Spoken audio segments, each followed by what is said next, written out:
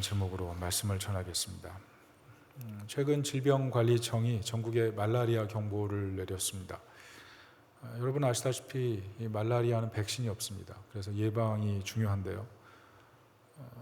그래서 지구상에서 가장 위험한 해충이 무엇이냐라고 할 때 모기다 이렇게 얘기할 수밖에 없습니다. 왜냐하면 매해 한 60만 명 정도가 이 말라리아로 사망하기 때문에 그렇습니다. 우리나라가 이제는 말라리아 청정지대가 아니죠. 이미 있었지만 이제는 안전지대다 이렇게 말할 수 없는 상황이 돼버린 겁니다. 그런데 모기 입장에서는 입장이 좀 다를 수가 있죠. 왜 그렇게 나를 죽이려고 하는지 이해를 못할 수가 있습니다. 옛날엔 낭만이 있어서 모기불 피워가지고 쫓아내더니 이제는 막 전기로 지져 죽이려고 그러니까. 제가 며칠 전에 모기를 잡으면서 묵상해 보니까 참 가녀리더라고요. 근데 이 큰 손으로 잡으려고 하니까 따져보니까 피를 많이 먹는 것도 아닌데 지지고 죽이고, 이게 바꿔서 입장을 바꿔보니까 이렇게 나 좋다고 죽도록 따라다니는 애가 있었나 이런 생각도 해보고, 모기가 참 가엽다 이런 생각도 들고, 어떤 글 보니까 모기의 소원은 다음 생에 팅커벨로 만나자 이런 얘기도 있습니다. 입장차가 다른 거죠. 그러니까 불편한 거죠. 그런데 사람과 사람 사이의 생각의 차이, 이게 참 큰 차이를 만들어내고 어려움을 겪게 만듭니다. 자녀를 키울 때 부모 마음 한번 생각해 보십시오. 어릴 때는 오냐오냐 애지중지하면서 도움을 다 줬을 때 너무 고마워하고 행복해했어요. 그런데 사춘기 지나면 뭔가 좀 도와주면 왜 도와주냐고, 내가 다 할 수 있다고 도움받는 걸 거부하고 문 닫아 잠궈서 들어가 버리고, 그런 모습을 볼 때 너무 서운하죠. 이 자녀들이 알아야 될 게 부모의 마음은 철벽이 아닙니다. 부모도 상처받는 존재예요. 나이가 들어도 상처가 있어요. 자녀 때문에 생기는 상처, 큰 거죠. 자녀들이 좀 그 마음을 헤아려 주면서 부모의 마음을 생각한다면 좀 더 가정생활이 달라지지 않겠어요? 부모는 그런 것 같아요. 자녀들 웃음 보면 그냥 마음이 힘든 거 있어도 풀어주고, 아무리 자녀랑 갈등이 있어도 전화 한번 해주면 그냥 언제 힘들었는지 모를 정도로 다시 웃게 되는 게 부모 마음이죠. 어릴 때는 자녀들에게 말 제대로 해주지 못한 것 같아서 미안하고, 나이 들어서는 자녀들이 의지할 부모가 되지 못할까 봐 무서운 거, 그게 부모 마음 아니겠어요? 부모의 마음과 자녀의 마음, 이 생각의 차이, 이것을 조금 이해한다면 부모와 자녀들이 좀 더 가까워지겠죠. 그리고 세상을 살면서 이 생각의 차이가 있는 사람들끼리 좀 더 다른 생각의 차이를 이해한다면 아마 그곳에 하나님 나라가 세워지지 않을까 이렇게 생각합니다. 생각의 차이가 문제죠. 그런데 정말 문제는 무엇이냐면 우리의 생각과 하나님의 뜻이 너무 다를 때입니다. 우린 세상 살면서 명예, 금전, 힘, 인기, 이런 것들이 굉장히 중요하죠. 이것이 전부인 것처럼 생각하는 그런 마음을 가지고 신앙생활하면 하나님이 이런 것을 채워주실 때 하나님이 될 수 있죠. 그래서 우리가 신앙생활할 때 내 생각대로 어떤 신앙생활을 하는 그런 신앙은 굉장히 위험할 수가 있습니다. 내 생각대로 만든 하나님을 내가 하나님으로 믿고 살면 언젠가는 난간에 부딪히게 된다는 거죠.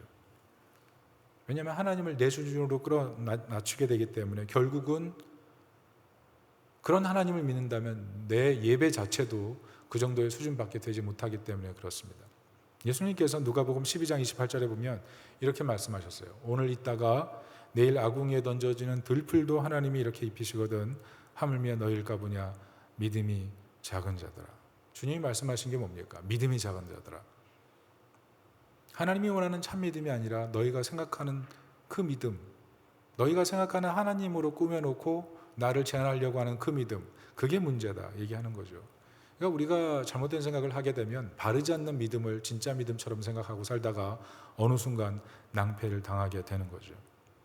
그래서 내 생각으로 하나님을 제한하는 것, 이게 정말 조심스러운 모습이 돼야 된다는 겁니다. 오늘 그런 생각의 차이를 잘 보여주는 것이 바로 말라기입니다. 말라기는 나의 사자 이런 뜻인데요. 포로 후기, 포로 갔다가 70년 만에 고토에 돌아와서 성전을 짓고 80년이 지난 시즌, 그게 바로 말라기 시대의 모습입니다. 어땠어요? 신앙적 냉소주의가 있었습니다. 현재적으로 가난했어요. 그리고 나라는 독립하지 못했어요. 전염병이 있어요. 가뭄이 있어요. 살기가 녹록치 않아요. 여기서 생기는 하나님에 대한 실망감, 하나님 믿음 지키면, 성전 세우면, 하나님이 원하는 대로 살면 잘 되게 해주셔야죠. 이게 뭡니까? 그게 말라기 시대의 사람들의 고백이었어요. 그러다 보니까 어떻게 돼요? 신앙이 죽은 신앙, 죽은 정통. 예배 드려요? 성전에 와요? 뭐 다 해요. 시키는 거 다 해요. 그렇지만 마음속은 싸늘한 거죠. 이게 뭡니까? 그래서 오늘 14절, 15절 보면 뭐라 그럽니까? 하나님 섬기는 게 뭐가 유익해? 교만해도 하나님 벌하지 않던데? 악을 행하는 사람들은 잘 사는 것 같은데? 하나님을 시험하는 사람, 하나님을 시험하는 사람이 뭐 재앙이 없던데? 그런 사람 있죠. 하나님 나와봐. 진짜 살아계시면 한번 나 한번 혼내보라 그래. 그러면서 막 일을 팍팍 깔면서 이렇게 막 사는 사람들이 있죠. 그런데 전혀 하나님이 터치하지 않는 그 모습을 보면서 내가 신앙생활 잘해서 못해. 이런 들끓는 마음이 있었던 시대가 말라기 시대였다는 것입니다. 생각의 차이죠. 우리 지난주에 다소 몰래 축제를 잘 마쳤습니다. 많은 분들이 수고하셔서 너무 감사한데요. 복음이 무엇입니까? 예수님이 우리를 사랑하셔서 이 땅에 오셔서 우리 죄를 위해 죽으시고 부활하셨고 다시 오신다. 그것을 믿을 때 구원받는다. 누구든지 예수 그리스도를 영접하면 하나님 자녀가 된다. 이게 복음이죠. 그런데 많은 사람들이 교회 오는 게 쉽지 않았습니다. 왜냐하면 하나님이 어떻게 지옥을 만들어? 사랑이 하나님이잖아. 하나님은 엄청 바쁘셔서 나 같은 것에 관심이 있을까? 하나님은 내 삶에 이 큰 고난을 왜 주신 거지? 나는 아직도 이해가 되지 않습니다. 그래서 나는 아직까지 마음이 열리지 않습니다. 이런 사람들이 굉장히 많거든요. 잘 들여다보면 뭐예요? 자신의 생각, 그 생각 안에서 하나님을 찾고 있는 거죠.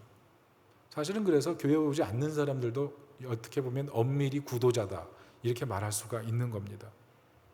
그들이 하나님을 믿든 안 믿든 그들이 생각하는 하나님은 존재하는 거죠.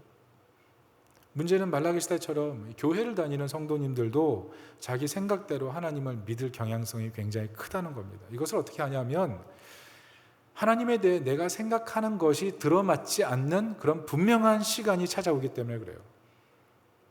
분명히 악이에요. 내가 볼 때 잘못된 거예요. 근데 벌이 없어요. 분명히 저 사람은 착해요. 너무 선해요. 그런데 인생이 안 풀려요. 도리어 큰 고난을 당해요. 하나님 이게 뭐죠? 믿음 좋았던 사람도 어느 순간에 내가 무엇을 믿었던 거지? 라고 의혹을 할 만큼 인생에 큰 위기를 당하면 그런 생각을 하게 된다는 겁니다. 왜 그래요? 결국 내가 생각한 대로 풀리지 않는 거죠. 내가 원하는 방식. 그게 사실 우리 신앙생활 할 때 정말 조심해야 될 거예요. 왜냐하면 내 생각이 대부분 나의 신앙 정체성을 만들어가기 때문에 그렇습니다. 그래서 내 생각이 하나님이 원하시는 뜻인가? 이게 항상 우리의 초점이 돼야 돼요. 내가 하는 생각이 성경적인가? 하나님이 원하는 생각인가? 여기에 초점을 맞춰야 된다는 겁니다. 최근에 이런 얘기를 들었어요. 하나님 날 사랑하시는 걸 믿습니다. 그런데 나는 나를 사랑하지 않습니다. 이런 얘기 들었어요. 여러분 이게 동의가 됩니까? 하나님은 날 사랑하세요. 그런데 나는 나를 사랑하지 않아요. 좀 이해가 안 되죠. 어렵죠. 제가 그 얘기를 듣고 굉장히 고민했어요. 왜 이런 생각을 했지? 하나님 날 사랑하신다는 것을 믿으면 자동적으로 내가 나를 사랑해야 되는 것 아닌가? 라고 생각하는데 그렇지 않다는 거죠. 그래서 굉장히 고민이 많았어요.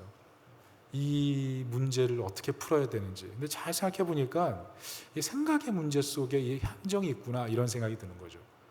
여러분 생각이 나쁜 거예요? 나쁜 게 아닙니다. 우린 다 생각하며 살아요. 그렇지만 내 생각으로 만든 하나님은 때로 내가 원하지 않는 환경에서는 힘을 잃어버리죠. 내가 원하지 않는 환경을 우리가 맞닥뜨릴 때가 있거든요. 그 순간 내가 생각하는 하나님은 그 상황에서는 힘을 잃어버려요. 그게 문제예요. 그 순간 방황이 시작되는 거죠. 오늘 시대를 보세요. 우리 생각을 흔드는 일들이 너무나 많습니다. 여러분 고고하게 입각해서 성경 역사를 보세요. 어느 부분은 성경의 역사가 고고하게 역사가 딱 들어맞지만 어떤 부분은 뭐지라고 생각되는 그런 부분이 있거든요. 진화론으로 성경을 설명할 수 있습니다. 그러나 진화론에 가득 찬 사람들이 성경에 대한 얘기를 하면서 막 난도질을 할 때 그때 우리 생각은 어떤가요? 성경의 저자들이 많습니다. 그런데 어떤 성경의 저자는 저자가 확실하지 않을 때 이 저자는 분명하지 않기 때문에 이건 성경에 문제가 있어라고 막 얘기하기 시작하면 우린 뭐라고 얘기하죠? 세상의 비윤리적인 현실을 막 얘기하면서 아니 기독교가 어떻게 이런 비윤리적인 현실 속에서 아무런 영향력을 발휘하지 않아 라고 얘기할 때 우리 막 마음이 답답하고 입이 꽉 막히는 경험들 하지 않아요? 심지어 우리가 성경을 읽지만 그 성경을 읽으면서 이건 내가 좀 믿어지지 않는데라고 생각되는 그런 내용들을 보면서 그냥 스킵하고 지나가는 그런 때가 있지 않습니까? 우리 생각을 흔드는 일들은 사실 우리 삶에 계속 일어나고 있어요. 그때 우린 두 가지 중에 하나를 선택합니다. 첫째는 믿어드리자. 하나님을 믿어드리고 신뢰하자. 이게 첫 번째 태도예요. 두 번째 태도는 무엇이냐면 내가 이해하는 수준으로 하나님을 받아들이는 거예요. 그러다 보니까 어떻게 됩니까? 내 이성에 지배당하는 하나님, 내 두려움에 지배당하는 하나님, 내 원함에 지배당하는 하나님, 결국 내 뜻으로 만든 하나님을 내가 믿는 그런 시험에 빠지게 된다는 거죠. 하나님에 대해서 올바로 생각하려는 게 틀렸다고 얘기하는 게 전혀 아니에요. 내 생각을 너무 고수하다 보면 그게 하나님의 뜻보다 더 높은 위치에 가게 되는 순간에 우리는 동일 시점에서 출발하지만 언젠가는 너무 멀어져 버릴 수가 있죠. 별로 문제가 안 돼요 라고 생각하는 분도 있어요. 그렇지만 예를 들어 볼게요. 어떤 결혼한 부부가 있다고 합시다. 결혼한 부부가 어때요? 행복하죠. 그런데 언제 불행이 시작되죠? 내 생각대로 하려고 할 때예요. 상대방의 입장을 고려하지 않고 이게 맞아 라고 얘기하고 내 생각대로 모든 것을 할 때 가정은 문제가 생길 수가 있어요. 먹는 것도 내 맘대로, 자녀 교육도 내 맘대로, 재정관리도 내 맘대로, 특별히 배우자의 옷 스타일도 내 맘대로, 다 내 맘대로. 그러면 어떻게 행복할 수 있겠어요? 그런데 결혼 생활을 언제 지켜요? 내 생각대로가 아니고 약속이에요, 약속. 하나님 앞에서의 약속, 사람들 앞에서의 약속, 배우자 앞에서 했던 약속. 그 약속이 결혼을 지키는 거예요. 그래서 어려움이 있어도 그 약속을 지키다 보면 사랑이 깊어져서 더 이해하고 넓어지는 거죠. 물론 폭력이나 여러 이유 때문에 헤어지는 그런 과정을 우리가 경험할 수도 있습니다. 그러나 중요한 것은 신앙이 무엇이냐면 하나님과의 결혼이에요. 다시 말해서 하나님과의 약속, 그 하나님을 신뢰하는 마음으로 걸어가는 것, 그게 신앙이라는 거죠. 그러면 때로 내 마음대로 안 되고 의심이 들어오고 현실적인 위기가 있어도 신뢰가 바탕이 돼서 걸어가는 거예요. 여러분, 베드로가 어떻게 됩니까? 예수님이 풍랑이는 바다를 걸어오셨을 때 예수님에게 말하죠. 나를 예수님처럼 바다에 걷게 해주십시오. 예수님이 걸어오라 했을 때 베드로가 어떻게 돼요? 물 위를 걸어가잖아요. 생각이 아니에요. 하나님에 대한 신뢰예요. 예수님에 대한 신뢰, 그 신뢰가 중력의 법칙을 거스리고 걷게 만들었어요. 이게 진짜 신뢰예요. 하나님은 우리가 자기 생각이 아니라 하나님에 대한 신뢰로 물 위를 걷는 인생, 그 신앙의 길에 서길 원하는 거죠. 그런데 우리는 어때요? 물에 빠진 베드로처럼 허우적거리는 거죠. 어느 순간 믿음이 아니라 내 생각으로 가니까 물속에 훅 빠져버리는 거예요. 그래서 아마 지금 이미 허우적거리고 계신 분이 있을지도 몰라요. 그런데 그게 바로 성경이 말하는 죄의 증거예요. 하나님 신뢰하기보다 내 생각, 그게 더 맞습니다. 물론 우리가 인생을 살다 보면 이게 참 딜레마입니다. 하나님을 신뢰해야 되는 순간에 세상적인 이치와 논리로 보면 이렇게 선택하는 것이 맞다고 생각될 때 생각에 따라서 결정을 해야 될 일이 굉장히 많거든요. 그러니까 사업하는 분들이나 또 가정에서 어떤 집안 살림을 촘촘히 해야 되는 분들은 때로는 묻고 따지고도 생각할 거 없이 그것을 그냥 딱 정해놓고 가는 경우가 많아요. 그런데 문제는 뭐냐면 하나님을 정작 진짜 신뢰해야 될 부분에 내 생각이 먼저 개입되기 시작하면 하나님이 일하실 여지가 사라져버린다는 거죠. 말라기 시대의 사람들이 그랬어요. 경제적으로 궁핍하고 가뭄이고 전염병은 창궐하고 선지자들은 하나님의 영광이 온다고 하는데 보이진 않고 자그마치 80년 기다렸는데 아무런 효과도 없고 내 생각대로 살아가는 게 훨씬 빠르고 신속하고 정확한 것 같이 보이죠. 그래서 어느 순간 나버린 거예요. 예배는 드려요. 신앙생활을 해요. 그러나 하나님을 신뢰하기보다 내 눈에 보이는 대로 내가 이성적으로 판단해서 합리적인 결과로 인생을 살아가기 시작하니까 어느 순간 하나님과 거리감이 너무 많이 벌어져 버린 거죠. 하나님과 인격적인 관계가 없는 거죠. 그래 놓고 하나님 섬기면 뭐해? 교만한 사람도 잘 살던데 하나님 시험해봐. 그래도 재앙도 없어. 이렇게 막말하는 수준까지 떨어져 버린다는 거죠. 자, 이렇게 되면 어떻게 될까요? 이렇게 하나님에 대한 다른 생각이 가득할 때 하나님께서 16절을 보면 이렇게 얘기하십니다. 하나님을 경외하며 하나님을 존중하는 사람들의 말을 들으시고 어떻게 하세요? 비망록, 기념책에 기록하신다. 이렇게 얘기했어요. 여기에서 나오는 그때란 단어가 히브리어로 아즈인데 우리가 인상 깊게 봐야 돼요. 악이 창궐할 때, 세상 사람들이 말을 함부로 할 때 바로 그때 하나님께서 동시에 그 말을 들으실 뿐만 아니라 하나님을 존중하는 사람들의 말을 귀 기울여서 그런 사람들을 기념책에 기록하신다는 어떤 그때에, 그러니까 우리가 살아가면서 세상적으로 막 혼란하고 세상의 힘이 너무 강하게 보이고 세상의 힘이 위력적으로 보이는 그때 하나님께서 반대편에서 어떻게 하시는지를 생각하는 그때의 눈, 그때의 마음, 그게 필요하다는 거죠. 특별히 하나님을 존중한다 할 때 히브리어로 하샤브, 실을 정교하게 촘촘하게 짜서 면을 만들어가는 그 모습을 얘기하는 거예요.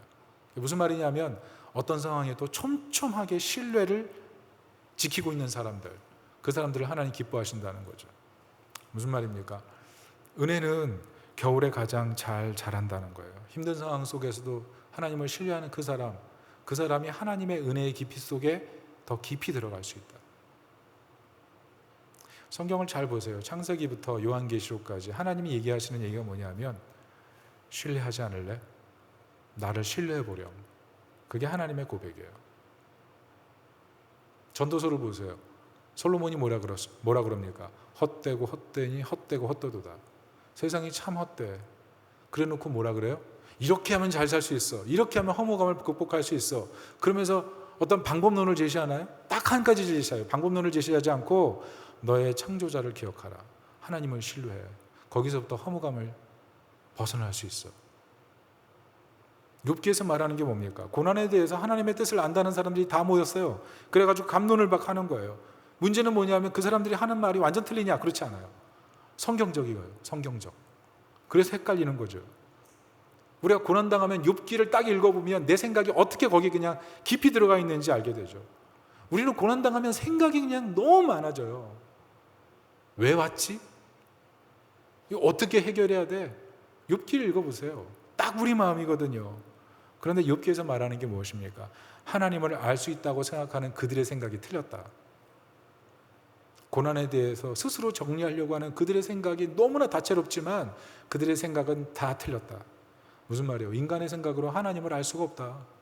인간의 생각으로 하나님을 알려고 하는 자체가 죄다.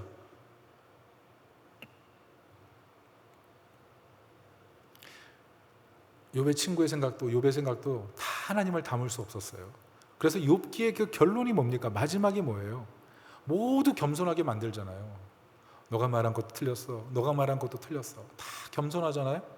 그리고 나서 하나님의 복이 욥에게 어떻게 다시 시작하냐면 하나님을 신뢰하여 순종하고 예배할 때예요. 하나님을 신뢰해서 친구들을 용서하고 하나님을 신뢰하여 예배드릴 때 하나님께서 복을 다시 주시기 시작하셨죠. 신뢰, 이게 굉장히 중요하다는 얘기를 하는 거예요. 예수님께서 마가복음 9장 23절에 이런 얘기를 하셨습니다. 믿는 자에게 능치 못할 일이 없느니라. 믿음에 대한 강조예요. 그랬더니 옆에 있던 귀신 들린 아이를 고치려고 왔던 아버지가 너무 괴로워서 고백하죠. 내가 믿나이다. 나의 믿음 없는 것을 도와주세요. 우리 자녀들 문제로 고민이 많지 않아요? 왜 우리 자녀는 이럴까? 왜 우리 자녀는 이럴까? 이것 때문에 마음이 막 속상하잖아요. 근데 이 부모는 자녀가 귀신 들렸어요. 큰일 났어요. 해결이 안 돼요. 그래가지고 아이 데려왔는데 뭐 귀신이 더 발작을 하니까 이 난리가 난 거죠. 누구도 못 고쳐요. 그때 예수님께서 하는 말이 믿음이 있느냐? 믿음이 없이는 할 수 없다. 그 얘기를 할 때 비로소 뭐라 그럽니까? 내가 믿나이다. 무슨 말입니까? 맨 처음에 예수님께 찾아왔을 때 생각으로 찾아왔다는 거예요. 예수님 고칠 수 있을까? 예수님이 도와주시면 혹시 가능해? 제자들에게 맡기면서 제자들은 할 수 있을까? 생각으로 계속 다가왔다는 거죠. 근데 예수님께서 뭘 말씀하세요? 나를 믿으라는 거죠. 여러분, 우리 신앙생활에서 굉장히 중요한 게 대상에 대한 거예요. 우리는 항상 무엇으로 무언가를 평가하려고 그러는 경향이 강해요. 그런데 사실은 대상이 중요한 거예요. 하나님이 누구신가에 대한 것. 가령 이등병이 군대에 입대했습니다. 열심히 일하고 있어요. 근데 상사가 오더니 저 일해, 딱 그런 얘기를 합니다.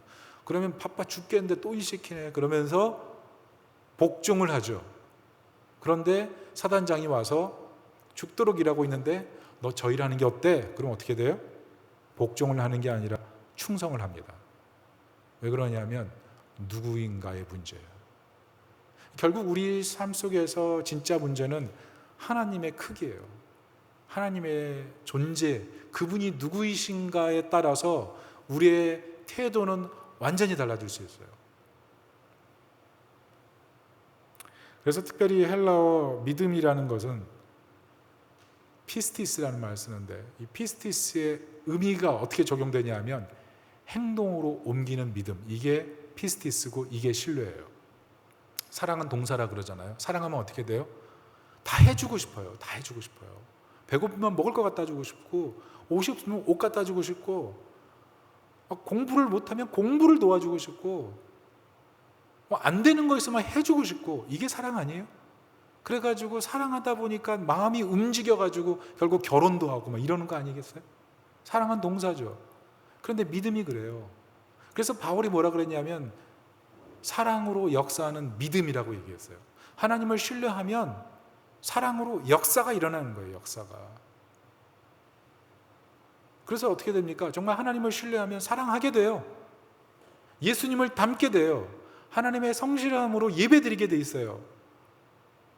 심령이 가난한 자는 복이 있나니, 예배 때 가난한 마음으로 예배드리게 돼요. 그게 달라지는 거죠. 피스티스, 행동으로 옮기게 만들죠. 그게 신뢰예요. 그래서 엄밀히 이 신뢰라는 건 뭐냐면 하나님, 내 통제권을 내려놓겠습니다, 이거예요. 재정에 대한 통제권, 인생에 대한 통제권, 자녀에 대한 통제권, 미래에 대한 통제권, 다 사실 주님 것입니다. 예수님의 기도가 명답이죠. 내 뜻대로 마옵시고 아버지 뜻대로 되기를 원합니다.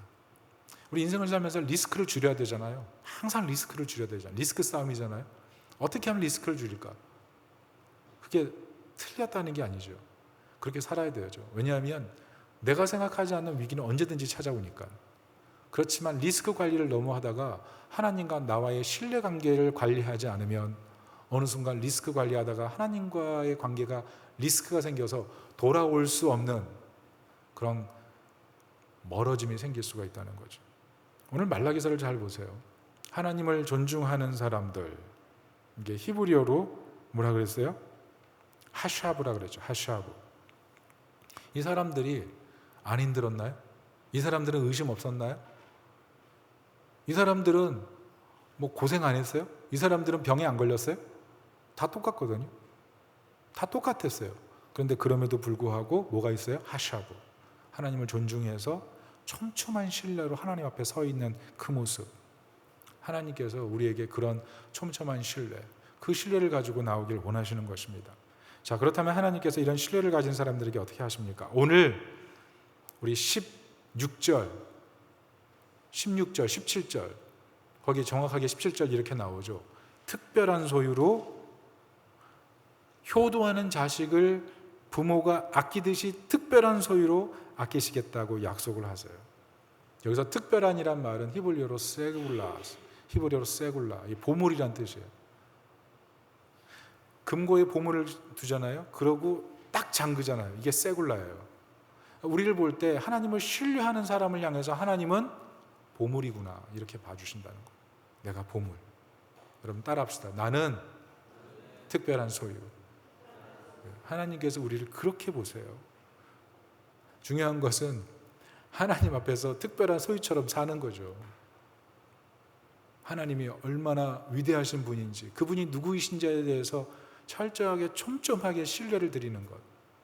왜 그렇습니까? 오늘 18절을 보면 뭐라 그래요? 그때 사람들이 비로소 하나님이 의인과 악인을 구별하시고 하나님을 섬기는 자와 섬기지 않는 자를 구별하게 될 것이다. 구별하여 알게 될 것이다. 하나님이 아무 말도 안 하고 침묵하시는 분인 줄 알았는데 하나님은 분명히 구별하시는 날이 있구나. 특별한 소유에 대해서 하나님이 돋보이게 하시는 그날이 온다는 거죠. 그래서 정말 하나님을 신뢰하는 사람이라고 한다면 너무 머리를 쓰면 안 돼요. 머리를 버리라는 게 아니에요. 지성을 버리라는 게 아니에요. 자기 머리를 너무 믿다가 하나님을 신뢰하는 것을 놓치지 말라는 거예요. 에덴 동산에서 첫 범죄가 왜 나왔습니까? 사단이 아담과 하와에게 찾아와서 뭘 공격하죠? 그들의 똑똑함을 공격했어요. 하나님이 정말 그렇게 말씀하셨어? 라고 묻기 시작할 때 그들이 똑똑함이 흔들리기 시작한 거죠. 그리고 나서 시험에서 벗어나지 못하고 결국 하나님과 쫙 쪼개진 관계가 되지 않았습니까? 제가 아내와 결혼한 지가 좀 꽤 된 것 같아요. 30살에 결혼했는데 제가 그때 전도사 때 결혼했고 이제 좀 지나서 강도사가 됐습니다. 근데 강도사 사례가 그때 80만 원이었어요. 애도 있었죠. 그러니까 쉽지 않았어요. 겨우겨우 공부하고 악착같이 공부하고 장학금도 한번 받고 그래서 얼마나 기뻤는지. 저의 꿈은 최우등성으로 졸업하는 거였는데 물론 안 됐죠.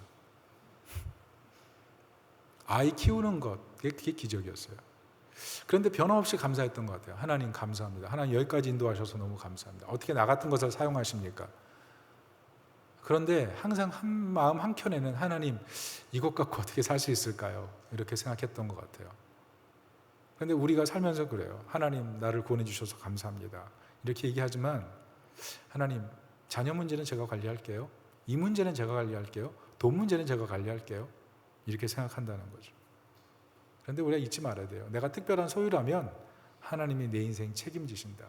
그래서 그 신뢰의 걸음을 옮겨가는 것, 그때 물리를 걷고 그때 우리 인생이 모험으로 가득 찬 인생이 되는 거지. 만약 내 생각에 갇힌 채 살아간다면 날마다 전투고 날마다 안달복돌하고 날마다 불안감에 휩싸일 거고 날마다 두려울 거고 날마다 좌절밖에 경험할 수 없어요. 하나님께 맡기는 거죠. 그분이 누구세요? 그 누구이신 하나님, 얼마나 크신 하나님, 그 하나님을 신뢰하고 맡긴다면 뭐가 문제가 되겠어요? 그때부터 자유가 오는 거죠. 그때부터 해방이 오고요.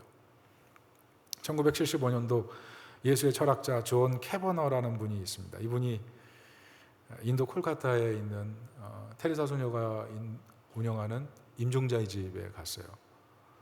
이 임종자의 집은 이제 테레사 소녀가 길거리에서 인도에서 너무 죽는 사람이 많아서 그 사람들 한 명씩 데려와 가지고 그들의 임종을 곱게 마무리해 주기 위해서 생긴 거죠. 그러다 보니까 뭐 엄청 소문나서 수많은 사람들이 들어왔는데 결국 이분도 발런티어로 참여해서 도운 거예요. 한 3달 동안. 그러다가 어느 날 이제 기도를 부탁했습니다. 테레사 소녀님, 제가 기도 제목이 있습니다. 그래서 뭡니까? 그랬더니 저는 제 생각이 좀 명료해지길 원합니다. 이런 부탁을 했어요. 이분이 철학자니까 생각의 명료성이 중요하잖아요. 그랬더니 이분이 했던 말이 뭐냐면, 테레사 소녀가 그랬어요. 신부님, 명료성에 집착하지 마십시오. 제가 볼 때 신부님은 그 명료성에 집착하는 걸 내려놔야 됩니다. 신부님이 좀 대답이 자신이 원하는 대답이 아니었어요. 아니 지금 나는 명료해서 철학적으로 어떤 명제를 정리해야 되는데 이 지금 왜 이렇게 얘기하지? 그러면서 이렇게 반문했대요. 수녀님은 명료하신 것 같은데요. 그랬더니 테레사 수녀가 이런 말을 했대요. 저는 명료한 게 아니라 신뢰하는 것입니다. 하나님을 신뢰했더니 명료해진 것입니다.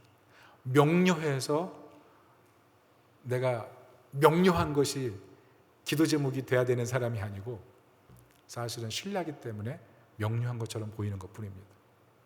여러분, 이게 굉장히 중요한 얘기예요. 여러분, 이 명료성이 왜 우리에게 중요하냐면 삶을 살 때 명료하지 않으면 잘못된 것을 선택하거든요. 그런데 문제는 뭐냐면 이 명료성을 너무 강조하다 보면 내가 모든 것을 통제하게 돼요. 그래서 심지어 명료하지 않은 얘기를 하면 받아들이질 않아요. 그래서 사실은 가정에서 갈등이 생기는 겁니다. 자녀들이 조금 크면 얘기를 막 하기 시작하거든요. 명료하지 않은 얘기거든요. 씨도 안 먹히거든요. 인생을 살다 보면 말이 안 되는 얘기를 하거든요. 그러면 그 명료성으로 얘기해 주다 보면 어느 순간 그 명료성의 그 명제에 사로잡혀 가지고 막 숨막히는 내전이 생기는 거예요. 통제. 그 통제가 사실 문제가 되는 거예요. 신학자 피터 헨즈가 그런 얘기를 했어요. 하나님은 우리를 반대하셔서가 아니라 우리를 위해서 불을 끄신다. 하나님이 때로 우리를 어두운 골목으로, 어두운 갱도로 우리를 이끌어 가실 때가 있어요. 왜? 내 명료성 없이도 충분히 잘 살 수 있다. 명료성을 버리라는 얘기가 아니라 명료성 때문에 사는 것이 아니라 하나님을 의지해서 살 때 더 복된 인생을 살 수 있다는 그 얘기를 하는 거예요. 하나님을 신뢰하고 나아갈 때 명료성으로 갇힌 삶이 아니라 더 명료하신 하나님을 신뢰할 때 인생을 더 명료하게 살아갈 수 있다는 얘기죠.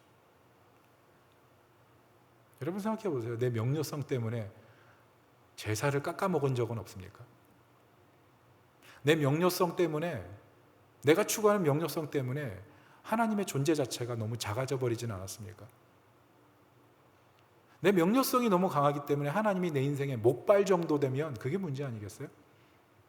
목발이 뭐예요? 필요 없으면 창고에 처박아 두거나 아니면 버려버리는 거 아니에요? 우리가 그렇게 될 수가 있다는 거죠.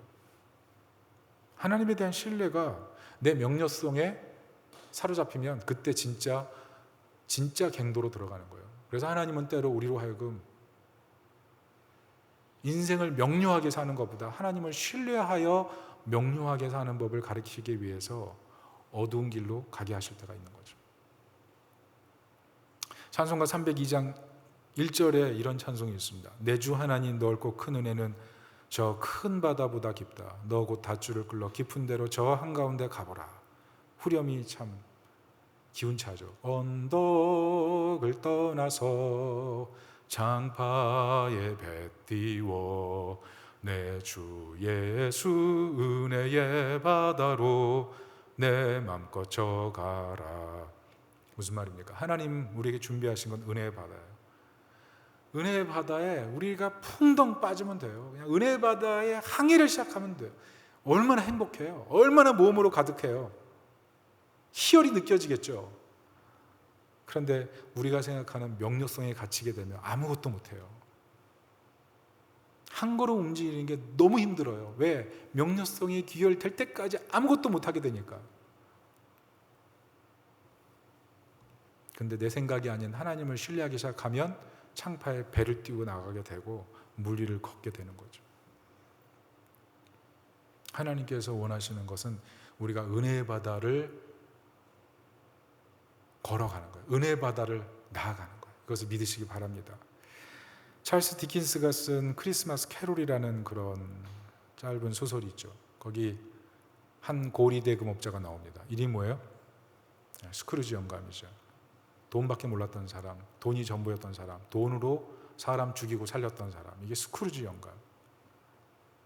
그런데 이 사람이 세 명의 유령을 만나고 나서 정신을 번쩍 차립니다. 최후의 자신의 모습을 본 뒤로 정신이 바짝 차려서 어떻게 돼요? 아, 내가 이렇게 살면 안 되구나, 나눠야 되구나, 섬겨야 되구나, 베풀어야 되는구나. 다르게 살죠. 내가 살아있는 게 기적이고 내가 지금까지 이 자리에 온 것도 기적이구나. 이게 은혜구나. 그것을 깨달아요. 그래서 변해요. 여러분, 우리가 이 소설에서 많은 사람들이 놓치는 게 있는데요. 스크루지의 원래 이름, 찰스 디킨스가 쓴 스크루지의 원래 이름이 뭔지 아세요? 에베네셀 스크루지예요. 무슨 말이냐 하면 하나님께서 원하시는 스크루지의 모습은 에베네셀이었다는 거예요. 돕고 하나님의 은혜를 기억하고. 그런데 그렇게 살지 못했어요. 근데 성탄절날 아침에 유령 셋이 꿈에 나타나서 자신의 최후의 모습을 보여준 순간, 아, 내가 이렇게 살면 안 되겠구나를 불현듯 깨닫고 새 삶을 시작하는 순간 그 사람의 진짜 이름처럼 에베네셀의 삶을 시작했다는 거죠. 하나님을 신뢰하는 순간에 우리의 삶은 에베네셀로 바뀔 수 있어요. 하나님을 신뢰하는 순간에 우리는 물 위를 걷는 창파에 배를 띄우는 인생처럼 새롭고 신나는 인생을 살아갈 수가 있어요. 하나님이 누구신가? 그게 중요한 거죠. 그분의 크심 앞에 우리는 그제서야 자유와 희망을 얻고 살 수 있게 되는 거예요. 그래서 내 생각을 바라보면서 절망하지 말고 하나님의 크심을 바라보세요. 지금 현실을 바라보고 절망하지 말고 하나님의 크심과 하나님의 놀라운 계획이 있음을 바라보세요. 그래서 직장에 들어갈 때 오늘도 힘든 삶이 시작됐구나가 아니고 하나님이 나와 함께 하신다. 하나님은 내 걸음과 함께 하신다. 내 인생과 함께 하신다. 오늘은 내 인생에 어떤 은혜를 베푸실까? 이런 기대감으로 나아가면 사람들이 우리를 보는 눈빛이 달라질 거예요. 여러분, 특별히 우리가 하나님을 신뢰해야 되는 이유는 무엇입니까? 하나님의 특별한 소유이신 독생자 예수님께서 세상에 우리를 돕기 위해 에벤 에셀로 오셨어요. 그래서 우리를 위해 죽으시고 영원토록 우리를 도우시는 참 도움의 돌 에벤에셀이 되신 거죠. 그러므로 우리가 특별한 소유로 사는 것, 하나님을 신뢰하고 특별한 소유로 사는 것, 그 자체가 세상 속에 빛이 드러나는 삶이에요. 빛이 드러나는 삶. 특별히 말씀 한번 찾아볼까요? 디모데전서 2장 14절 그리고 베드로전서 2장 9절 한번 같이 찾아서 읽어보도록 하겠습니다. 시작. 그가 우리를 대신하여 자신을 주심은 모든 불법에서 우리를 속량하시고 우리를 깨끗하게 하사 선한 일을 열심히 하는 자기 백성이 되게 하려 하심이라. 하나님을 신뢰하는 사람에게 하나님 우리에게 더 분명하게 이끌어 가십니다. 그리고 우리에게 선을 열심히 행하길 원하십니다. 베드로전서 2장 9절 시작. 그러나 너희는 택하신 족속이요 왕같은 제사장들이요 거룩한 나라요 그의 소유가 된 백성이니 이는 너희를 어두운 데서 불러내어 그의 기이한 빛에 들어가게 하신 이의 아름다운 덕을 선포하게 하려 하심이라. 하나님을 신뢰하고 살아가면 기이한 빛이신 하나님 때문에 빛된 인생을 살게 되는 거예요. 빛이 되려고 하려 해서 빛이 되는 게 아니라 하나님을 신뢰할 때 빛이 나는 거예요. 생각해 보세요. 나는 내 생각대로 믿고 있는지, 하나님이 원하는 신뢰를 가지고 인생의 항해를 하고 있는지, 어떤 것이 정말 지혜로운 길인지. 말씀의 결론을 맺습니다. 오늘 말라기서는 하나님에 대한 냉소에 사로잡힌 사람들이 예배를 우습게 알고 하나님을 떠나서 막말하던 그런 시대에 주어진 하나님 말씀입니다. 근데 이 말씀을 들으면서 오늘 시대를 사는 우리도 여전히 따끔한 마음이 생겨요. 왜냐하면 우리도 그런 마음이 있거든요. 말씀대로 살면 정말 하나님이 날 돌봐주세요? 하나님을 잘 섬기면 내게 정말 유익이 있는 겁니까? 오늘 시대는 하나님을 잘 섬기는 사람이 도리어 이상한 사람 취급받는 그런 세상 아니에요? 영적인 전투를 하기보다 교회 안에서 어떤 기능 하나 하고 그것 외에는 아무것도 안 하려고 하는 그런 마음으로 신앙생활을 하는 경우도 굉장히 많잖아요. 온전히 하나님을 신뢰하고 믿음 생활 제대로 하고 제대로 헌신하는 사람들이 도리어 이상한 사람처럼 보이는 그런 시대 속에서 우리가 살고 있잖아요. 그런 시대 속에서 내가 그 기류에 휘말리기보다 내가 어떻게 보면 세상 사람들에게도 욕먹지 않고 교회 사람들에게서도 적당한 어떤 저 정도면 괜찮다라고 생각되는 그 정도의 위치를 아슬아슬하게 버티면서 살아가는 가벼운 신앙은 아닙니까? 그 중심에 신뢰 문제가 있어요. 신뢰 문제. 오늘 하나님께서는 우리를 분명히 특별한 소유로 삼으시고 효도하는 자식을 아끼듯 하나님을 존중하는 사람들을 아끼시겠다고 약속을 하셨습니다. 잊지 마세요. 내 안에 그리스도가 계세요. 예수님을 영접할 때 내 안에 그리스도가 계세요. 그리고 우리가 그리스도 안에 있어요. 그렇다면 우리 인생은 영광스러운 거예요. 특별한 소유예요. 물론 우리의 생각은 오늘도 내일도 우리의 마음속에 우리 머리를 혼란하게 하는 그런 생각으로 찾아올 거예요. 아무리 믿음이 좋다고 해도 사람은 상처받을 수밖에 없는 존재예요. 연약한 존재예요. 하나님을 아무리 놀라운 존재라고 믿어도 내가 생각한 최종 해답에 맞춰서 사람은 인생을 살 수밖에 없어요. 내가 더 지혜로운 삶을 산다고 해도 내가 이렇게밖에 살 수 없는 이유를 사람들 앞에서 변호하고 싶은 게 사람이에요. 세상 속에서 따뜻한 마음으로 예수님 닮으려고 살아가면서도 나보다 신앙 좋은 사람 보면 그 사람에게 딱 맞춰서 살아가고 싶은 게 사람이에요. 하나님이 원하는 게 뭔지를 생각하기 전에. 그게 사람의 생각이거든요. 생각해 보세요. 그렇게 신앙생활을 했는데 내 마음속은 주님을 향해서 어떤 마음의 상태인지. 오늘 말라기서를 기록한 하나님은 마음이 많이 아프신 거죠. 마음이 답답하셨어요. 너희 생각으로 하나님을 신뢰할래? 아니면 하나님이신 그분을 향해서 신뢰를 바칠래? 우리 두 가지 길에서 하나님을 향한 신뢰, 그것을 제대로 찾기를 예수님의 이름으로 축복합니다. 여러분, 지성을 버리라는 것 결코 아니에요. 하나님에 대한 신뢰, 그것을 회복할 때 우리의 신앙의 진정한 아름다움과 빛과 광채와 영광과 모험과 즐거움이 찾아온다는 것, 그것을 기억하고 하나님께 마음을 다시 드릴 수 있기를 예수님의 이름으로 축원합니다. 아멘.